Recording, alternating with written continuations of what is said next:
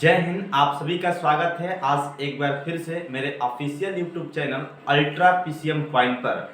विद्यार्थियों, हम आप सभी का स्वागत करते हैं इस ऑफिशियल यूट्यूब चैनल पर। इस चैनल के माध्यम से हम आप सभी लोगों को आज के क्लास में क्लास 12 का मोस्ट इम्पॉर्टेंट टॉपिक केमिस्ट्री का बताएंगे, जो कल यानी 4 मार्च को आपका जो एग्ज़ाम होगा आप उस एग्ज़ाम को सबसे बेहतर करके आएँ। और आपसे एक ही रिक्वेस्ट है कि आज हम आपको जितना टॉपिक बताएंगे आप केवल उतना ही टॉपिक को पूरे शानदार तरीके से करके जाइएगा और आप हमारे पे भरोसा रखिए कि आपका पेपर 100% बेस्ट होगा।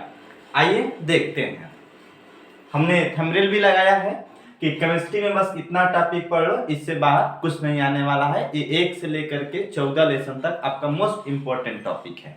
आइए हम इसको शुरू करते हैं। जो आज के क्लास में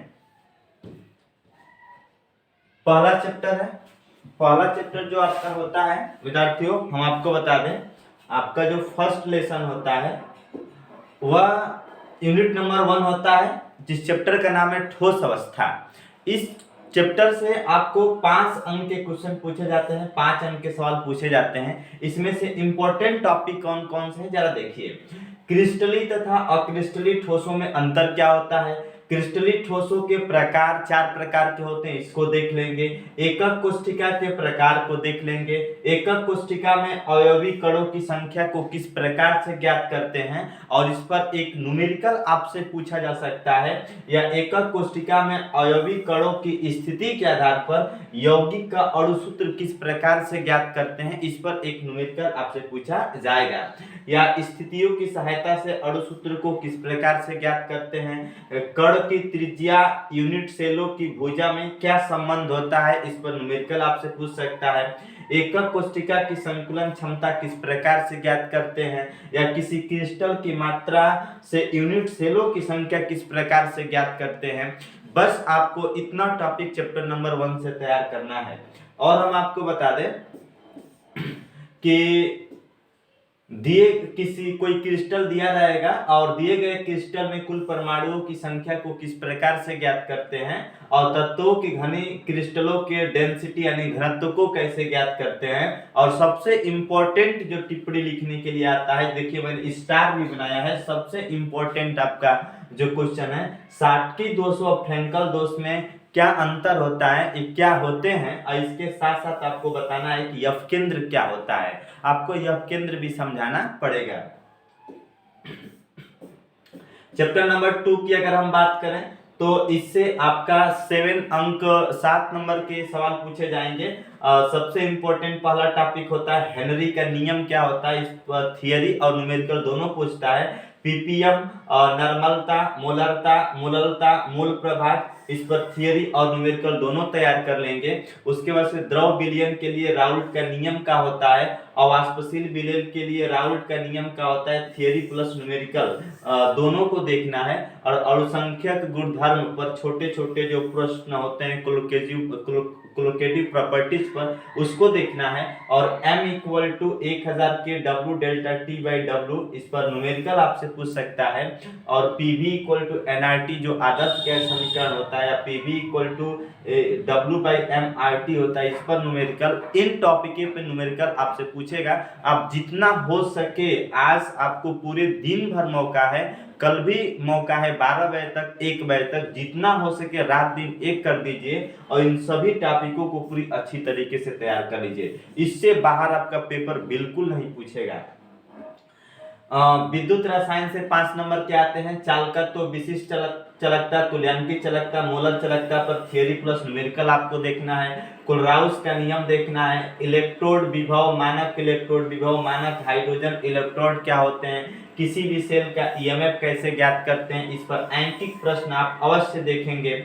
5वां है विद्युत रासायनिक श्रेणी पर जो ईसीएस होता है, इसको इलेक्ट्रोकेमिकल सीरीज कहते हैं, इस पर आपको न्यूमेरिकल देखना है। फिर नस्ट इक्वेशन बेहद इंपॉर्टेंट है। नस्ट इक्वेशन को तैयार करके नस्ट इक्वेशन पर न्यूमेरिकल कैसे लगाते हैं, इसे भी आपको देखना पड़ेगा। देखिए विद्यार्थियों, हम लोग टीचर हैं, बस अनुमान लगा सकते हैं। जो प्रीवियस ईयर्स का पेपर है उसको देख करके हम लोग बताते हैं किस टाइप के क्वेश्चन आपको पूछेंगे। अगर इससे बाहर क्या पूछ सकता है, यही ना आपका टॉपिक, यही इंपॉर्टेंट है, इसी से पूछेगा। चौथा लेसन है आपका रासायनिक बलगत की, इससे 5 नंबर के क्वेश्चन पूछे जाते हैं। अभिक्रिया की कोटि क्या होती है, शून्य कोटि की अभिक्रिया के लक्षण क्या होते हैं, प्रथम कोटि की अभिक्रिया के लक्षण, प्रथम कोटि की अभिक्रिया का समकालित वेग समीकरण क्या होता है, या प्रथम कोटि की अभिक्रिया पर ऐंकिक प्रश्न आपसे पूछा जा सकता है, या किसी भी अभिक्रिया की आणविकता किस प्रकार से ज्ञात करते हैं, आभासी या छद्म एकाणुक अभिक्रियाएं क्या होती हैं। इन सब अभिक्रियाओं को आपको पूरी अच्छी तरीके से तैयार करना है। चलिए आगे हम लोग देखते हैं। आपका जो यूनिट नंबर 5 होता है पृष्ठ रसायन, सरफेस केमिस्ट्री, इसमें क्वेश्चन कैसे बनते हैं, फ्रेडलिक व अधिशोषण समतापी क्या होते हैं, द्रव स्नेही और द्रव विरोधी कुलाइड क्या होते हैं, मिसेल का निर्माण कैसे होता है, साबुन के शोधन की प्रक्रिया क्या होता है, टिप्पणी आता है इस पर लिखने के लिए, पेप्टीकरण, अपोहन, टिंडल प्रभाव, ब्राउनी गति, विद्युत कण संचलन, कोलाइडी कणों पर आवेशन कैसे होता है, स्कंदन, उर्डन, रक्षण व रक्षी कोलाइड क्या होते हैं, हार्डी-सुल्जे का नियम आपको तैयार करना है, स्कंदन मान स्वर्ण संख्या को किस प्रकार से ज्ञात करते हैं। इन सभी टॉपिकों को आपको पूरी अच्छी तरीके से देखना है। आइए विद्यार्थियों आगे हम बात करते हैं।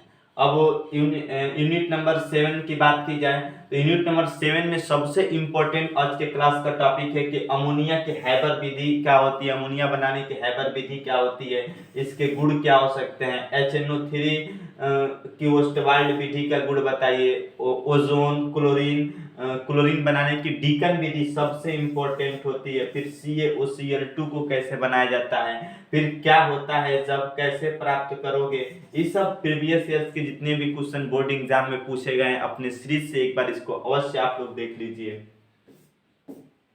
उसके बाद से डी और एफ बला के तत्वों की बात की जाए तो डी बला के तत्वों के लक्षण की बात की जाए तो डी बला के तत्वों के लक्षण, एफ बला के तत्वों के लक्षण। उसके बाद से लेंथेनाइट संकुचन क्या होता है, इसको आपको देख लेना है।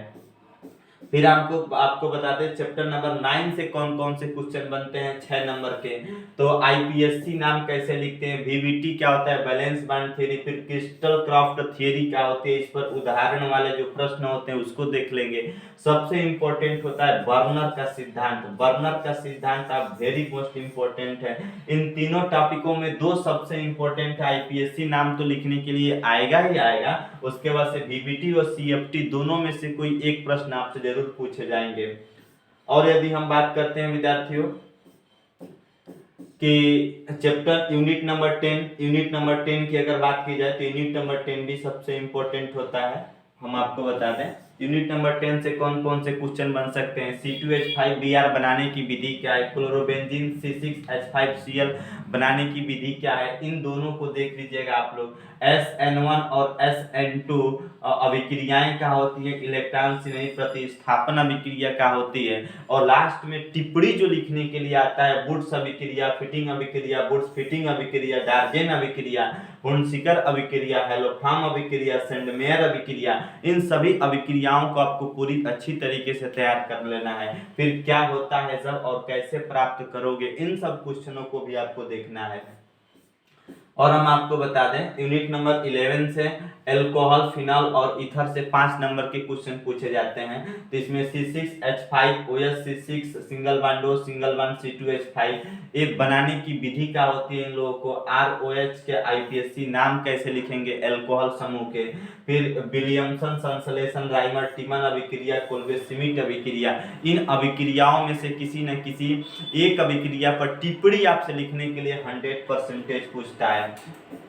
और देखिए हम आपको बता दें कि 12 लेसन से क्या क्या क्वेश्चन बनते हैं, HCH2 CH3 CH2 CH3 single bond CO single bond CH3 ये कैसे प्राप्त होते हैं, HCOOH कैसे बनता है, CH3COOH कैसे बनता है, इनको बनाने की विधि क्या है, उसके बाद से एल्डोल संघनन कैनिजारो अभिक्रिया, और उसके बाद से क्लीमेंसन अभिक्रिया, HBZ अभिक्रिया क्या होती है, फिर अपचयन, बी कार्बोक्सिलीकरण, फिर एसिडीकरण, सीमित अभिक्रियाएं क्या होती हैं, इन सभी अभिक्रियाओं को आप पूरी अच्छी तरीके से देख कर जाइएगा, इससे बाहर आपका पेपर बिल्कुल नहीं बनेगा। और देख लेते हैं हम लोग 12 लेसन से 13 से नाइट्रोजन युक्त कार्बनिक यौगिक जो होते हैं, इनसे 4 नंबर के आपके क्वेश्चन पूछे जाते हैं। C2H5NH2, C6H5NH2, इनको बनाने की विधि कौन सी है, कार्बिल एमीन अभिक्रिया क्या होती है, हाफमैन अभिक्रिया क्या होती है, ब्रोमाइड अभिक्रिया क्या होती है, सीमिट अभिक्रिया क्या होती है, इन सभी अभिक्रियाओं को देखते हुए और देख लेंगे लास्ट में कि क्या होता है जब कैसे प्राप्त करोगे। हर टॉपिक से आपको देखना पड़ेगा।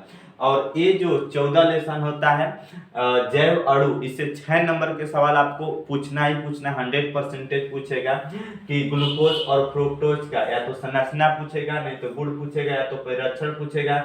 दूसरा टॉपिक होता है हार्मोन्स और प्रोटीन क्या होते हैं, एमिनो एसिड जिबिटर आयन क्या होते हैं, समविभव बिंदु क्या होते हैं, प्रोटीन का विकृतीकरण कैसे किया जाता है, पेप्टाइड बंध कैसे बनता है, पेप्टाइड क्या होता है, इन सभी टॉपिकों को आप पूरी अच्छी तरीके से तैयार कर लीजिएगा। उसके बाद से क्वेश्चन बैंक से प्रैक्टिस जरूर करके आपको जाना है और पूरे कॉन्फिडेंस के साथ पेपर का गद्दा उड़ा कराना है। आप घबराइएगा मत, अगर इतना टॉपिक आपका तैयार है तो हम श्योर कहते हैं कि 4 मार्च को शाम को हम लोग मिलते हैं, आपका पेपर बहुत ही बेस्ट होगा। All the best. हम आपसे यही कहना चाहते हैं कि हर एक टॉपिक को पूरी अच्छी तरीके से आप लोग तैयार करके जाइएगा। आप विश्वास रखिए, आप भरोसा रखिए हम पर, इससे बाहर आपका पेपर नहीं बनेगा। थैंक यू, आप सबको बहुत बहुत धन्यवाद।